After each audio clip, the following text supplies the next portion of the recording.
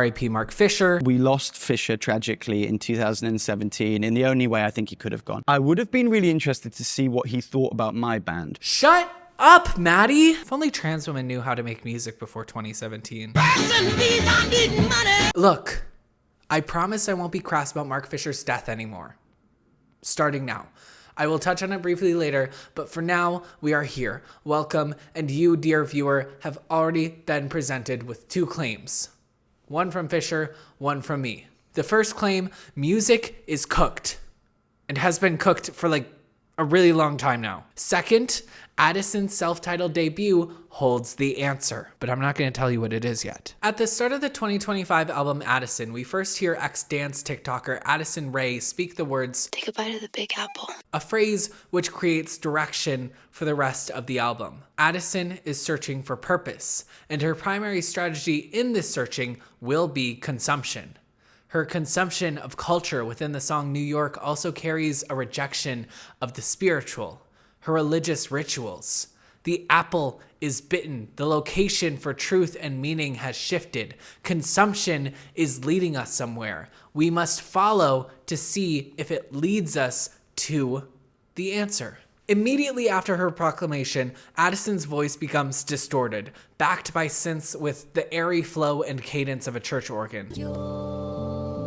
On the chorus, Addison proclaims New York is her religion. She feels free here. Who are we to argue with her? She goes on to sing of leaving home and heading out into the club. In this transformation from the holy to the fallen, Addison proclaims herself a dance whore, rejecting the Madonna, while the organ is heard struggling against hard, compressed kick drums. Addison grows even more confident in this new spiritual direction as she proclaims the club's environment of sweat and sex has answered her prayer. The organs return stronger, then find their footing in a dance with the drums before the outro, where, like Addison's voice in the beginning, the organ is made harsh, replaced with a square sine wave. God has been dismissed, and we are immediately met with Diet Pepsi and money is everything. A desperate search for meaning in the physical, melding sex and capital, facilitating transactional relationships. Addison has identified a problem, truly identified a problem of the spirit. And now, here she is, in the thick of it, with all of us. Well, Addison is searching for a way through this lack of purpose and meaning she finds herself in, first by moving to New York, then through sex and capital. Mark Fisher is primarily concerned with defining this reality and structure of the end culture that he calls hauntology. In his own words, art is primarily composed of reference now. But in studying and defining this problem of hauntology so completely, Fisher can no longer see beyond it. And make no mistake, Addison is having a near identical experience. The corporate and the material do corrupt the spiritual and erotic in Diet Pepsi. Addison mentions her lover wearing a gold cross alongside a desire to be desired to be her lover's. Addison wishes to be consumed. The chorus is repeated so often it becomes a mantra, and through the track's progression, the production becomes hazier and hazier, fading like a thought not worth keeping. Many of the songs on Addison end in the exact same way.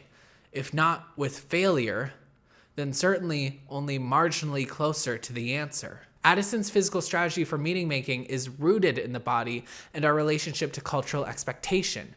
We know there is an inner self housed within our bodies and spirits. The poet voices this through the line, "The girl I used to be is now the girl inside of me." But we are still left with this sense that there is something missing. Ray's gender and acceptance of commodity culture does not end her search for meaning. And in fact, it seems to bring her further away from the point of true love and lust and connection. Within Diet Pepsi, Addison facilitates a passive relationship with a lover in a car. He drives, she remains dazed and drinks Diet Pepsi. Here and elsewhere, Addison will shift herself, perform in specific ways to please and seduce the hazy construction of men present in the background of the album. An act and gender construction I'm sure many of us can recognize from that Final Girl Digital essay the Diet Coke essay. The central argument of the essay, if you haven't read it, is this. Coca-Cola marks a historical, traditional norm of masculinity, a hegemonic masculinity. It is classic, it is American, it is true. Diet Coke, in contrast, is positioned as embodying the altering essence, which is to be female, feminine, altering, toning, dieting, shaving, makeup, so on and so forth. This feminine must be constructed away from the default masculine to become something entirely separate. Diet Coke does not taste like Coke. Her own words on this relationship. If within modern culture masculinity is defined by the flesh of humanity, and femininity is defined by the altering of that flesh, contemporary masculine performance is defined by an altering of flesh, whilst insisting its proximity lies closer to the masculine flesh rather than the inherent feminine nature of alteration associated with performance. This is represented by Coca-Cola, Diet Coke, and Coke Zero. Within Diet Pepsi, we continue to see these gendered technologies brush against each other in ways which then give each other meaning. Addison uses jeans to aid in facilitating a desirable silhouette, and her lover uses his car to facilitate his agency and masculinity alongside a sort of protector role. Their purchases offer them access to sexuality, which is then re-emphasized through the focus of the song being torn between this revelation-filled sex and the product of Diet Pepsi, a technology which again emphasizes Addison's femininity and this access to change. Ray begins the song as untouched and in ripped blue jeans and ends it in a new, different state. However, her thirst for the answer has not been quenched. Perhaps she has not yet found the right technology for meaning making. In her final effort to find meaning through capital, Addison returns to an explicitly religious argument while considering the power of capital. Money is everything follows, with Addison claiming that money and its uses can be the answer to her sense of meaninglessness. She can buy and party and clout her way through this. All she needs to do is connect with the women who were here at this crossroad before. Well within Fisher's hauntological model, Addison references Madonna, Lana Del Rey, Lady Gaga. Fisher says much hauntological music is as much about film and TV as it is about music, and Addison in turn moves to make music and meaning from history, from nostalgia, from her childhood. But there's still that edge of stagnancy there. There is no future direction in terms of the production here. The thing which situated Addison's work in the current moment, much like any other artist's work, is that reference. Ultimately, the reference is not enough to produce meaning for Addison. She gets super high and continues on with the Aquamarine remix Aquamarine. Look, I was gonna do a Diet Pepsi thing, but that would mean I'd have to buy Pepsi. I don't love buying Coke either, but I had this in my pantry. So, why not? It is Tuesday at 10:30 p.m., but why not? Throughout the next 3 songs on a record, Addison enters and exists what thematically appears to be a drug-fueled state. The production remains hazy. She spoke about getting high with Gaga on the last song of the Commodity trilogy, and there is a presence of desire alongside the act of getting high. Aquamarine positions Addison in a moment of transforming, of an altered state so powerful it continues into the first interlude of the album, Lost and Found, which prominently features the repetition of the word drug.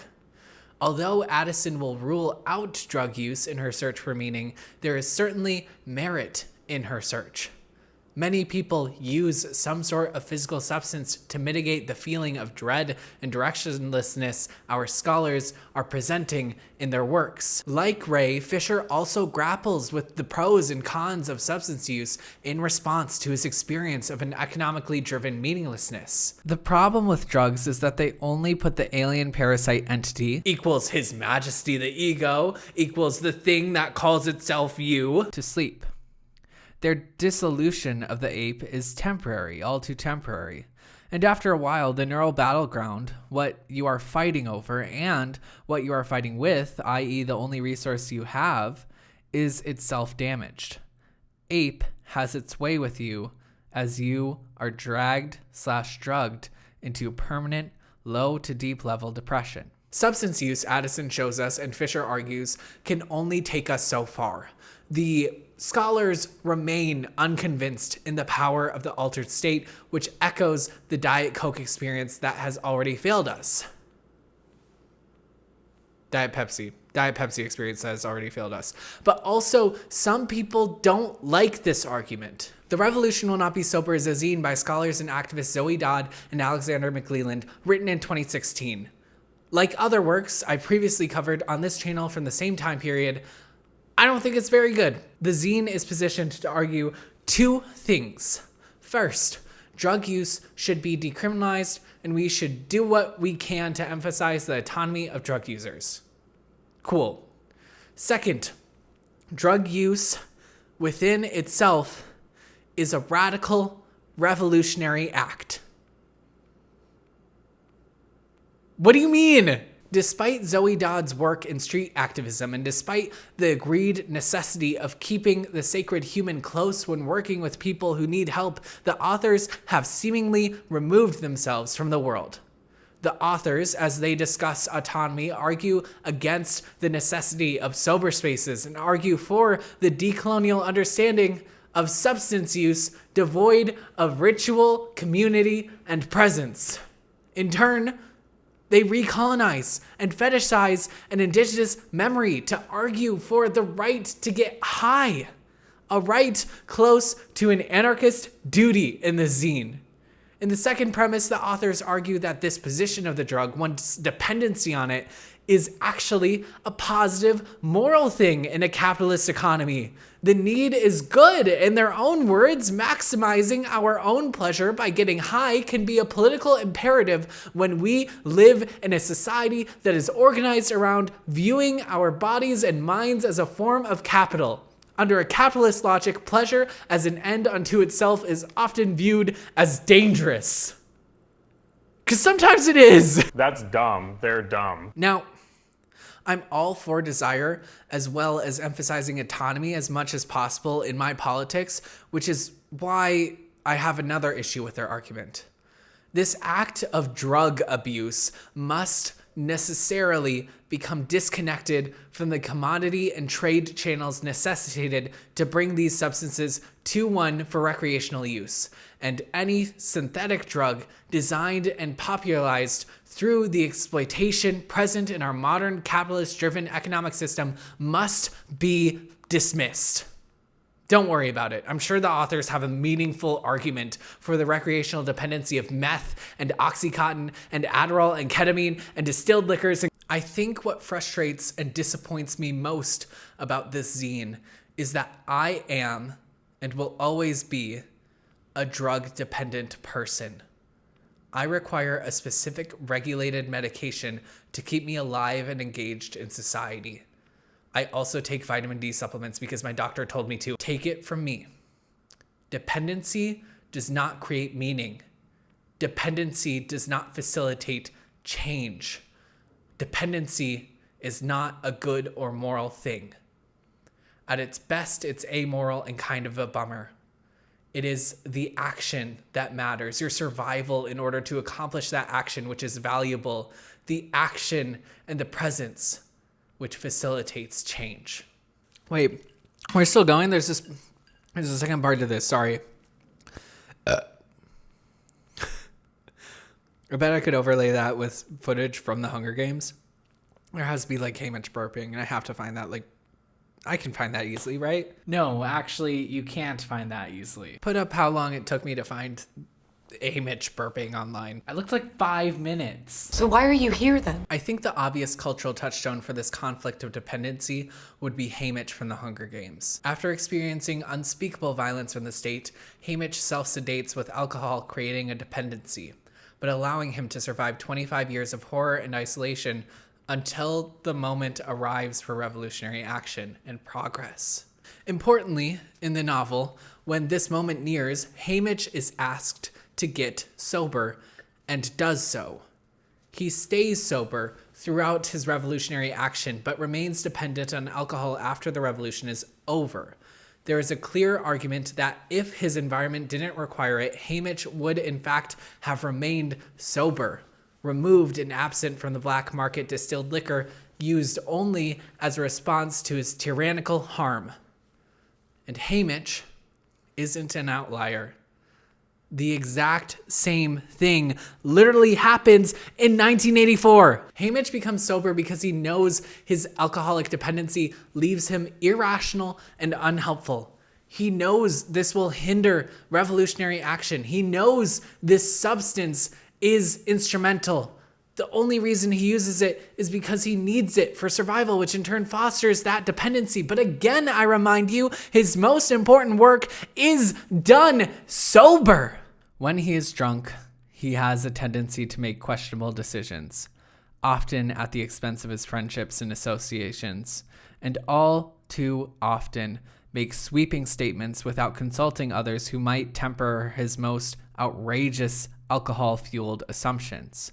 His drinking turns his brilliance into personal vindictiveness and gratuitous insult, which undercuts his analytical capabilities and inevitably tarnishes his reputation. For the large majority of drugs used within what these anarchists would identify as the imperial core, the West or global North work well here too.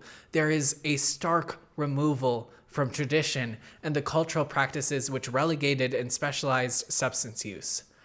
Dodd and McClelland are all too happy to hide behind a fetishized idea of the indigenous to instate a natural sort of dependency. But tobacco and coca were ritual materials now bastardized by the descendants of colonists. The authors at once criticized an ahistorical outlook while at the same time presenting their own more egregious position. Part of the reason I'm so thankful for Boles' piece is because now I know Addison, Mark, and I aren't crazy. Here's Boles again in his own words, in a paragraph about the use of drugs in colonizing efforts throughout the world. Perhaps the most unintentionally hilarious and offensive claim in their little pamphlet is that anti-sobriety is decolonial.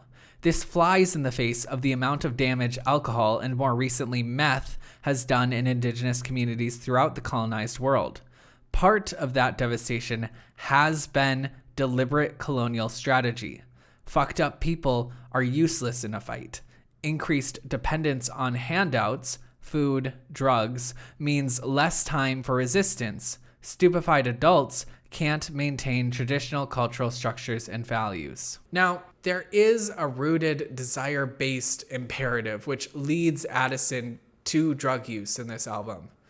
She is looking for something. Maybe an altered state will lead her there, but ultimately it does fail. Her strategies have focused on dependency, a point which is different from love or community. She is asking for external materials of validation, the proclamation of love more important than the actual tangible presence of love, acting as a transaction for losing all her innocence in the back seat. But at the same time, we do need connection, community, and pleasure. These are good things to look into, to interrogate, to consider, but the search for meaning still carries on. And now, instead of focusing on her lover or chemical pleasure, Addison remains lost at a point of dependency where the drug is traded for high fashion, or more specifically, status. While it could be argued high fashion exists as a significant step back from the commodity strategy, I'd argue that like Money is Everything, the song exists as a sort of stepping stone between the old failing strategy and the direction for a new one. The substance has not brought about meaning, even as those around her use it recreationally. Addison, however, is content with a little nicotine and indulging in high fashion, which I'm sure has the post-capitalist clamoring to remind me that this marks a commodity. However, money is not the focus here. Instead, Ray has become incredibly invested in the transaction. Doing this will make me feel that. If X, then Y. It's still economy, but it's different. It's trade. It's you take the money out of the equation. It's I look like this, I act like this, and you praise me like that. High fashion comes out, like our anarchist theorists, with a separation between two parties. One has the drugs. The other, which Addison is a part of and maybe the only member of, does not want the drugs and instead is more interested in fashion. Ray becomes interested in relationships only insofar as it allows her access to these clothes. High fashion as a type of clothing correlates to something real and valuable amidst cheap love and substance haze, but this value is partly propped up through Addison's drinking. She proclaims it on the chorus. I'd rather get high fashion is not a sober statement, but this want for something remains strong. And now it has direction again. So Addison barters with cheap love in order to receive these pieces, this semblance of realness, of identity, of status. And in turn, her priorities once again shift. She doesn't need the drugs, the partnership, as long as she has the proof. I was here. I was worthy enough for these pieces. People believed it.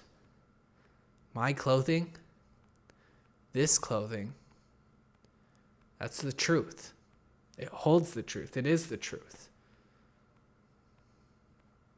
Notice me. See me. Good morning. It's morning. I'm wide awake. It's morning. It does not surprise me that after exhausting the touchstones of popular culture, commodity, drugs, sex, and status, Addison moves on to this memory of when times were better. Maybe it wasn't a material she should be searching for. Maybe the answer is just, it sucks right now.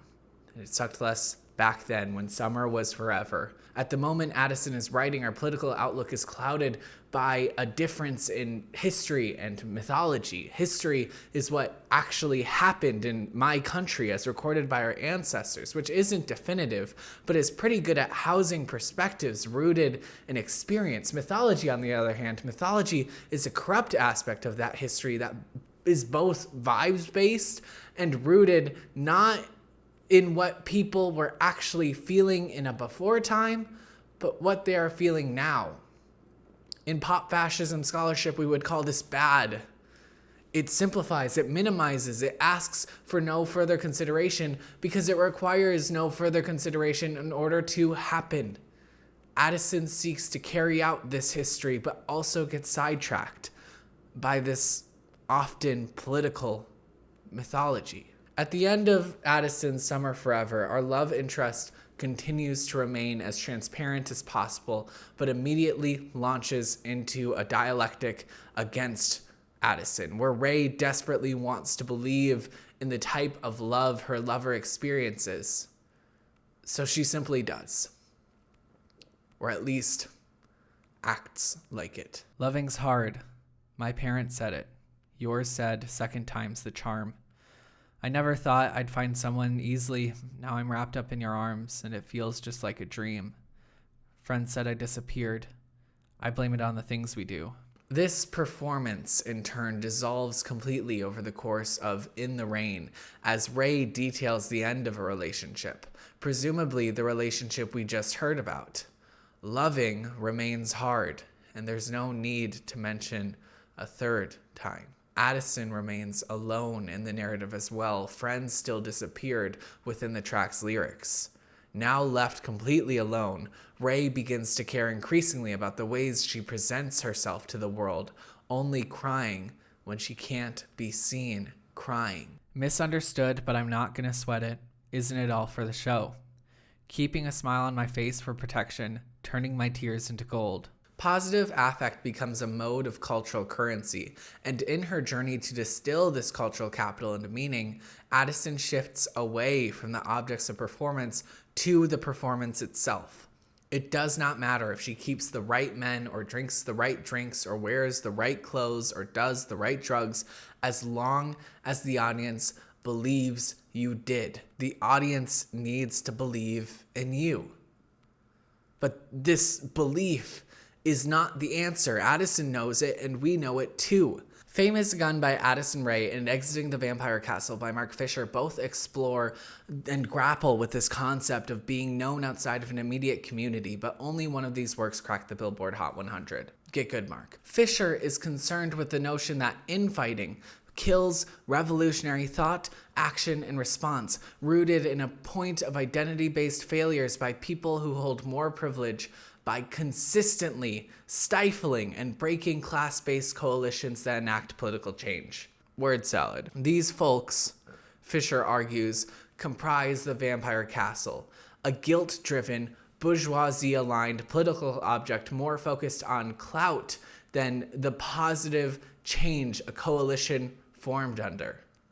In Fisher's own words, rather than seeking a world in which everyone achieves freedom from identitarian classification, the Vampire's Castle seeks to corral people back into identicamps, where they are forever defined in the terms set by dominant power, crippled by self-consciousness, and isolated by a logic of solipsism which insists that we cannot understand one another unless we belong to the same identity groups. Addison in turn sees right through the shaky lies of the Vampire Castle's justice-based motives and notes infamy will not kill her, let alone slow her down on her journey to become known by the public. And there are moments of infamy throughout her career, mostly from, before she was media trained. During her TikTok. We're still going to talk about them. Don't worry. We're going to talk about them. Addison Rae has two commonly cited instances of anti-Black behavior recorded on the internet forever. The first is a reshared TikTok complaining about the Black Lives Matter movement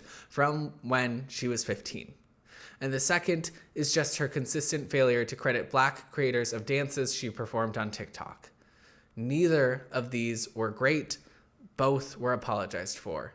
And the young working class white woman from Louisiana isn't the bastion of progressive politics. I, however, am not going to Addison Rae for her political action, but rather her artistic and aesthetic output. And really, at the moment, that just means this one album. And also that one remix with Charlie XCX. Now, there have been and will continue to be countless discussions on the ethics of listening to and or supporting artists deemed problematic. And those conversations usually center on the influence of the artist in question and the extent of the harm they caused. I am not as interested in diving deeply into Addison Rae's public perception as I am in the narrator Addison's relationship to others as described in this album, but I will say this. There are people who have, can, and will influence national politics through their money and status, people who shift and mobilize the politics of their audience. At this point in time, Addison Rae is not one of these people. Very few of the vampires we create are these people. The things Addison collects, the experiences she has, just aren't as valuable as to be known a certain way, to be recognized as someone worth taking seriously. In many instances, her performance fails. But I'm misleading you, aren't I? We're popping through this album, following Addison's journey on the primary assumption that Fisher is correct on his critical assessments, despite my soft criticisms. I mentioned the definition and tried to move on pretty quickly from Hauntology earlier. Sure, I pushed back a little bit, but not much. I did not know Mark and will not speak on him. But this was Fisher. This is Fisher, how we remember him, an enjoyer of the arts, but also someone who couldn't fathom the possibilities of the future. In some ways, he was right. Fisher's assertion, taken from Zizek and Jameson, that it is easier to imagine the end of the world than an end to capitalism, continues to grow in its prophetic power as industry instates demagogues to produce and increase financial value. A value, as Addison shows us, that is not intrinsic in itself and does little to dispel her desire for direction and meaning. Throw in global warming, and an economic system seemingly inclined towards disaster and the suffering of the marginalized, and all of a sudden you have a second premise. Capitalism will destroy humanity. Only if we let it. Only if we continue to let it. If you take all this, compounded with this idea that the best music, the best art is behind us, the future begins to offer less and less. You create this future. Understand the reference behind the next incredible artist, and you only see it as reductive. If you've already decided this is the lens, then Addison's reference to Madonna or Bjork or Gaga or Lana, crafted expertly by Elvira and Luca Clocher, must only be something of capital. It must only be an expulsion driven by a dying culture. Anything you don't like is spiritually amiss, and anything you do like must rattle the cage of the culture and its economic boundaries. Now, Fisher did find albums to enjoy, despite the specter of Hauntology ceasing progression, and I'm sure music sounding worse was not the origin of his depression, but I am still not sure, despite his work being excellent, meaningful, and valuable, I'm not sure aspects of it are still useful. Like I said, I believe Fisher and his work to be prophetic. I think it's most valued to me to be understood this way, not as reading the future, but what will happen if we take no action against what sometimes seems inevitable. The answer to imagining the end of the world is clearly, in my view, to take time to imagine a future within it. Maybe that future is impossible. But then you take a few steps back and you look at the actions you can take in the coming days, months, years, decades to get closer to that goal of the world not ending, and it becomes a little bit more possible. Volunteering at food banks, mentoring, running for positions to make your community better, that sort of thing. Instead of placing all the value of music in the technological advancement of sounds, an assertion that leaves literature among countless other artistic mediums shit out of luck in that quest for value, maybe there's another aesthetic element, an assertion of the ego, the history, the craft that pushes art forward. Perhaps when Fisher was writing, he was looking not only with an uncharitable lens, but also in uncharitable places. Sure, popular culture is boring and reductive. Movies are bad. The worst music tends to gain the most traction on merit of memory and momentum alone. But does that speak truly to a culture at large? Especially when it is so divided and insular as ours? Even in my small city, the cultural events I attend are not centered as much around the influence of the top 5 records on the Billboard charts as much as the currents of those playing house shows with droning, distorted guitars and the occasional country-tinged wailing. If the guitar ends up boring and the sound's reductive, that's fine. It often is. But the newness is not why I am going to these shows. Newness is not what brings about summer forever. Fisher seeks a teleology in music, when what I'm searching for is not the cutting edge, but that cult feeling. The hauntological anxiety is that of isolation. The caretaker's exploration of dementia taking on the identity offered in The Shining is one which separates the individual from their community. Hauntology is about the final success of capital. It fits well with Fisher's other work, and you can certainly find it in many art mediums, but not all of them. Not all art. Not in the premiere of the independent film with the non-actors and a shoestring budget. Not in the band who've been playing since high school just to make excuses to be together and inviting others to do the same at their shows. But if we're talking about sterile, isolated, aesthetic quality, I guess I have to agree with Mark. The reference, which most art is based from, has now taken over music, particularly with a blunt, nostalgic edge.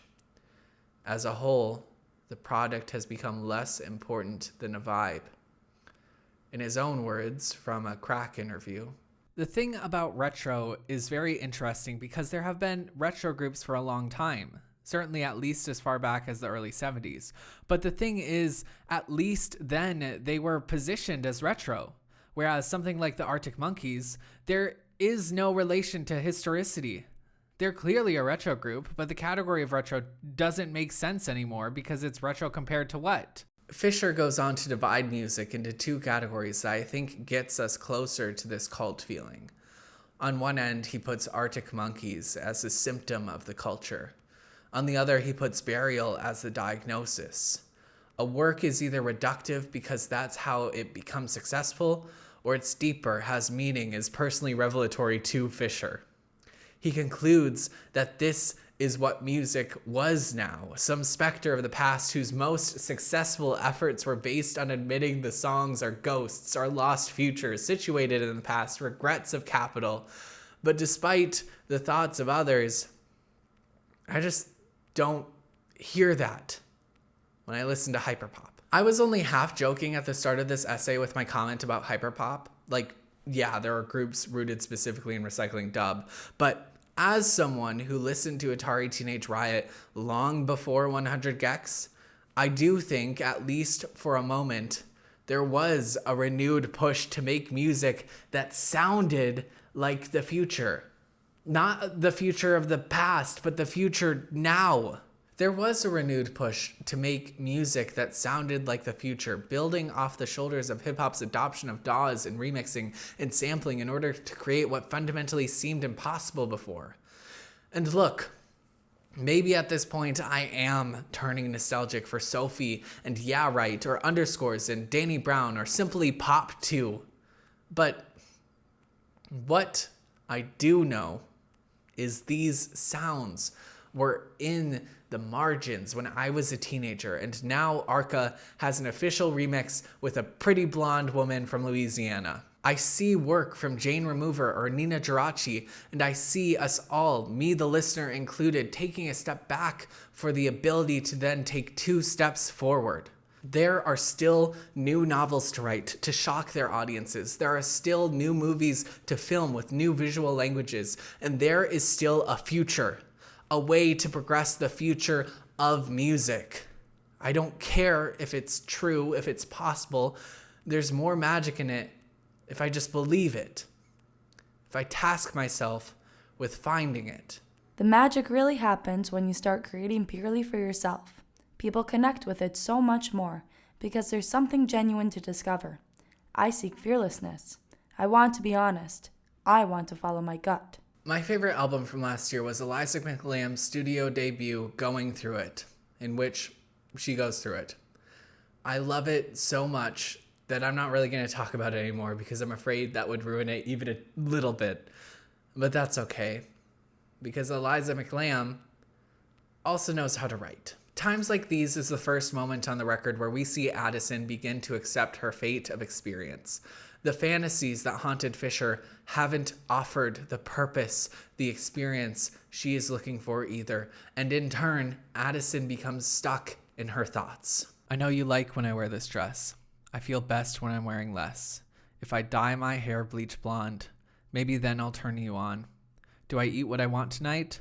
Or will it make me feel less tight? Addison's insecurities center around this relationship where she is still grasping at this desire as some sort of meaning. She looks toward the past to create a path toward the future she knows will ultimately fail.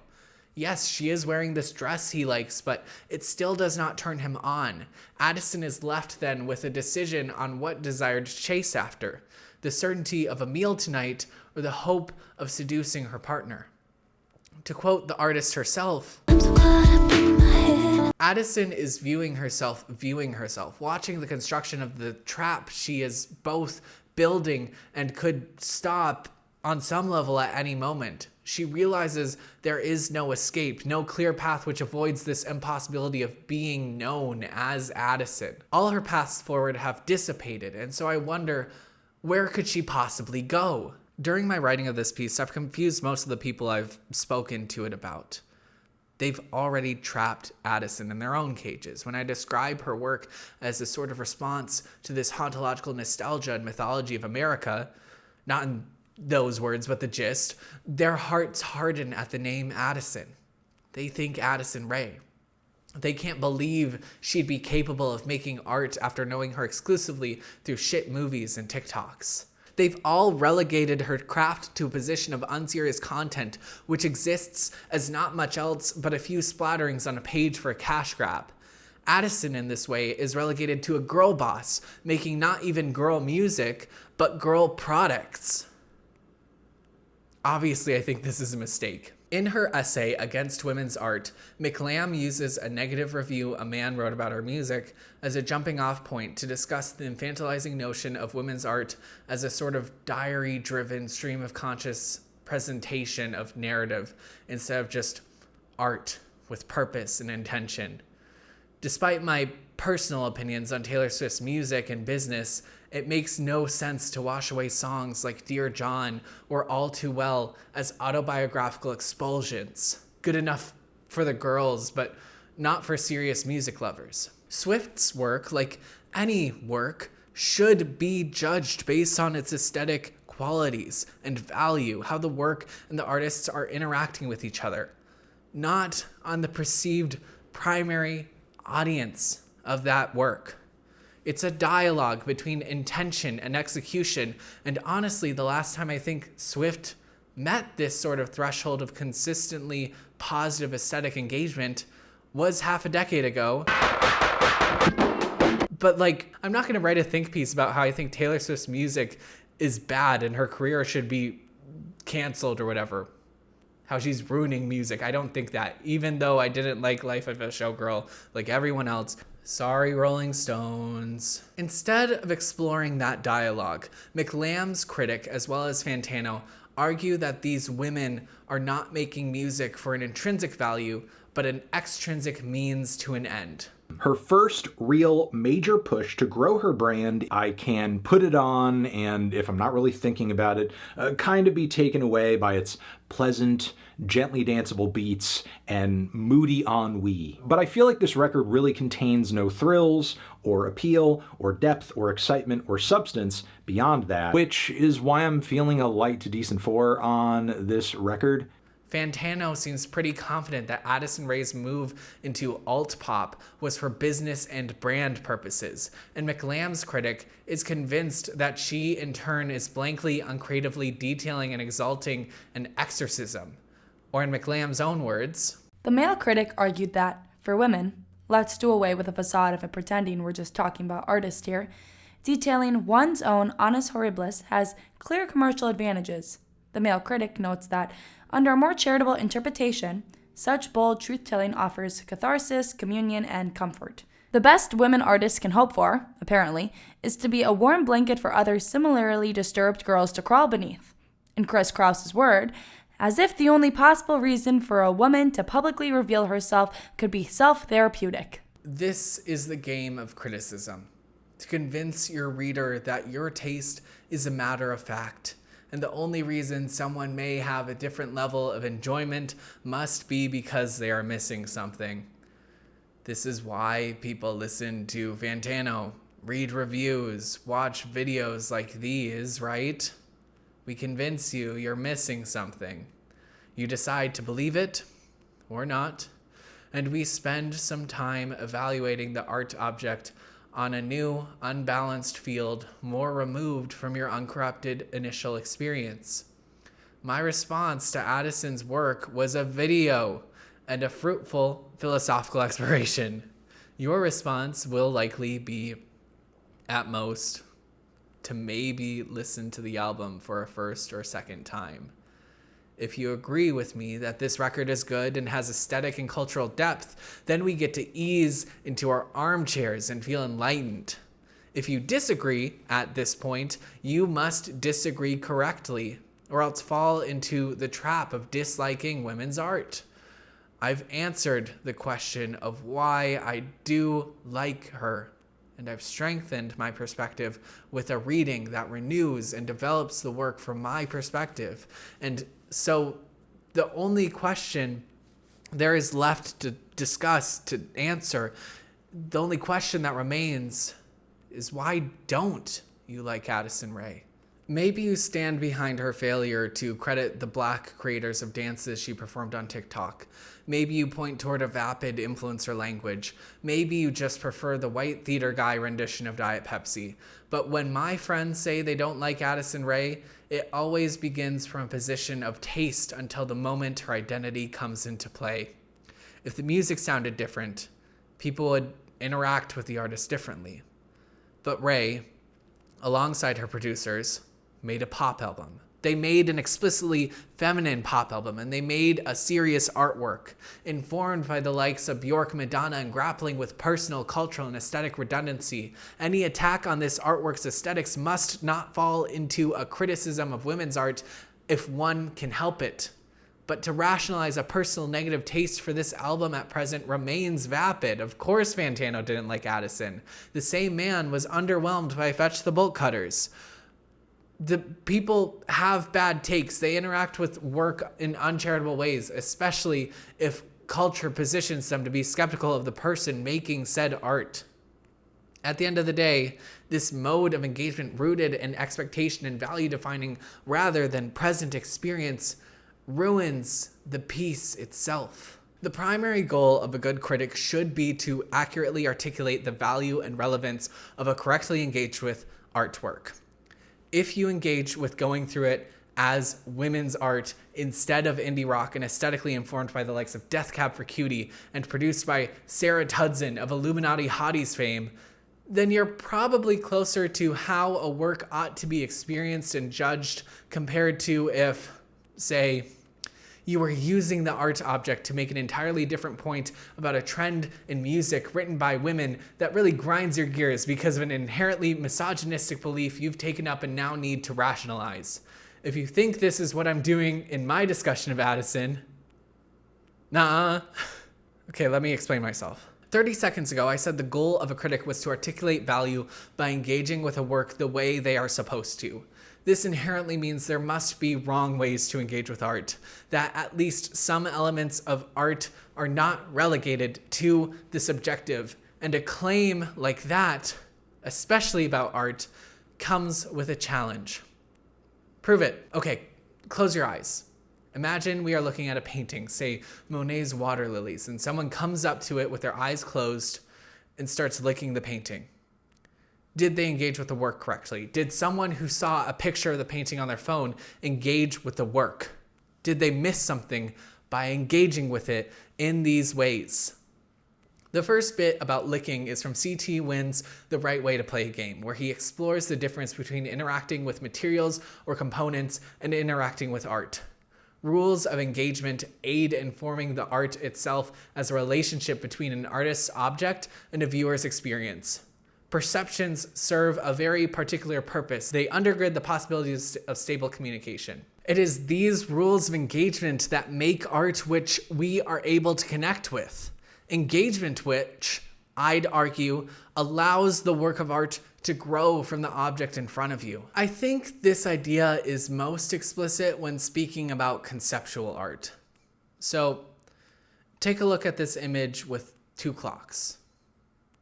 The artist did not make these clocks, nor did he set them, but he did write instructions on how the clocks ought to be displayed. The clocks must be set to the same time initially, though they may fall out of sync over the course of an exhibition.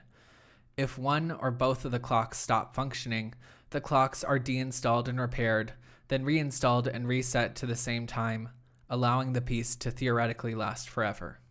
If you say these clocks are meaningless, then you have not engaged with the work as the artist Felix Gonzalez-Torres created it.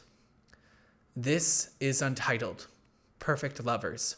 It is a mundane symbol of the common experience of romantic partnership, fashioned and presented by a man who had lost his partner, Ross Laycock. In a perfect or even a just world, the love could be more like the artwork. But this is not where we live. Other works of Gonzalez-Torres exist in a form he calls anti-monuments, works which act as invitations to their limits, works which must end. Double Portrait extends the two circle motif, suggesting both a unity and an infinity, but these circles are placed on prints visitors are invited to take home, pass along, spreading the work and its themes. But in this taking, the work becomes less. Museums are welcome to replenish their supply, but at some point they stop. At some point, the work doesn't exist anymore. The same practice is upheld in Gonzalez-Torres' most iconic works composed of candy. Untitled, for Ross, the work you've most likely heard about, has a starting weight of 175 pounds composed of candies, and that weight can be maintained if a museum so chooses. However, patrons are invited to take the candy, and the museums let the pile disappear. At the end of an exhibit, for Ross is always gone. The anti-monument, in turn, implicates the individual viewer for taking a piece of it, and the institutional museum for not supporting its continuation. The art works because you take from it, because you know the weight of what you are doing. The art works because Gonzalez-Torres asks you to take a perspective or make a decision, and you oblige. Otherwise, you're fundamentally interacting with the work wrong. This is separate from taste. If you don't engage with the work in the way the artist has asked of you, then you have yet to experience it. Your dislike is your own fault. This proclamation, however, moves both ways. As mentioned before, it is just as easy to undersell a work as it is to oversell it. Art, after all, is not a lecture or a summary, but an experience, and no amount of talk will change the way Addison's record exists as an art object ready to be experienced. The records have already been pressed, and there is no time for alteration. It is recorded. It is immovable. Obviously, I don't think Ray is inherently or explicitly radical as an artist or a human being. We have examples of her being stupid at 15 and standing in this apolitical space which offers a lot of comfort to American conservatives in the present. But like many of her popular contemporaries, these politics contract to give space to a new experience and truth within her art. This is not an album about a woman cultivating a binary political identity, but something grander. The politics she explores on this record are hyper-focused on finding the answer. If Addison did her job, it's likely she found this answer, this reason at the end of her sonic journey. Lord doesn't end Virgin with a proclamation of desire and dependency, but a new sort of self-worth and agency, dispelling her relationship with sex as the newest drug she's abused. Addison, in the same way, ends her album in a different, more comfortable spot than where she began. It is part of our task as listeners to understand why. In 2004, the critic Susan Sontag died, but not before she wrote her essay against interpretation in 1964. The gist is Sontag thought the communists were not fun. True. And they were doing bad art analysis, claiming that everything was about capital and economy. If everything is about the same thing, responses to the same thing using the same language, that is not very interesting. So she tears all that back and goes, art is how we experience it. We should begin at the feeling, and any sort of critique should be rooted there, in that feeling, the experience. You can't tell me you experience capital when you are listening to Come In. Communism, total failure. Communism was an answer. There are better conversations to be had. Directed to art, interpretations means plucking a set of elements, the X, the Y, the Z, and so forth, the whole work. The task of interpretation is virtually one of translation. The interpreter says, look, don't you see that X is really, or really means A, that Y is really B, that Z is really C? Can't you see what I see? Can't you see this narrative journey that Addison has taken, this quest for the answer that we are on? Can't you see it? Can't you see and hear and feel what I am saying? Can't we pretend this is all about Addison still? Interpretation is a radical strategy for conserving an old text, which is thought too precious to repudiate by revamping it. The interpreter, without actually erasing or rewriting the text, is altering it, but he can't admit to doing this. He claims to be only making it intelligible by disclosing its true meaning. However far the interpreter alters the text, they may claim to be ridding off a sense that is already there. From the moment I began this project, I don't think I was ever talking about the album Addison. It was a different thing, right? The game. Her work sparked a memory of theory and now I've forgotten Sontag's words. I've tamed the work of art to render it comfortable and understandable. I offered a promise almost an hour ago. I said the album held a truth to be revealed. I cut and literally quartered it to follow a line of arguments for meaning making in this world, none of them perfect, all of them popular. And in this project, I've dragged you to my level. We are so firmly in the plane of analysis that you could have listened to the whole record and started it again instead of considering my cheap meditation on what it could all mean. At the start of this, I listened to Addison because I liked the record, but I also knew my love for it was not so immense, so precious that I could not speak about it, that I could not render the work cold and quartered, spread apart just to learn how it works, how it worked. Of course, because she was a good critic, Sontag does offer us a solution to practice in the future. The way a critic ought to engage with a work of art should be sensory. We should not take the experience for granted. How does the work sound, and how does that sound relate to feeling? Is that feeling pleasant or worth experiencing? Should it be experienced and shared by the critic's audience? How can we render these questions into form? How can we communicate the spirit without losing the art? This, I think, is the project we should be striving for. To be with the art and to remain in this practice of being without blockage. The art and the patron. Nothing else. What is important now is to recover our senses. We must learn to see more, to hear more, to feel more. Our task is not to find the maximum amount of content in a work of art, much less to squeeze more content out of the work that is already there. Our task is to cut back content so that we can see the thing at all. The aim of all commentary on art now should be to make works of art and, by analogy, our own experience more, rather than less, real to us. The function of criticism should be to show how it is, what it is, even that it is what it is, rather than to show what it means. So, what is Addison? Is it a brand move? A product, as Anthony Fantano argues? Is it a type of political text, as I have argued? Or is it a wonderful, gracious work of art, as the artist argues? Which reading is the most valuable? Which one is the most powerful? Which one renders the piece ever unfolding within an aura of wonder and discovery? I don't care if it's good anymore. Should we believe the work is beautiful? And if I irresponsibly render beauty from the text, do I lose anything? Is there a path formed away from delusion? Where is the balance set, and does my knowing make the art better? Will I ever be able to see what I am looking at? In place of a hermeneutics, we need an erotics of art. In place of a hermeneutics, I need an erotics of art. It is not lost on me that I like this album because on some level I need it. I wrote about it because for some reason I needed that too.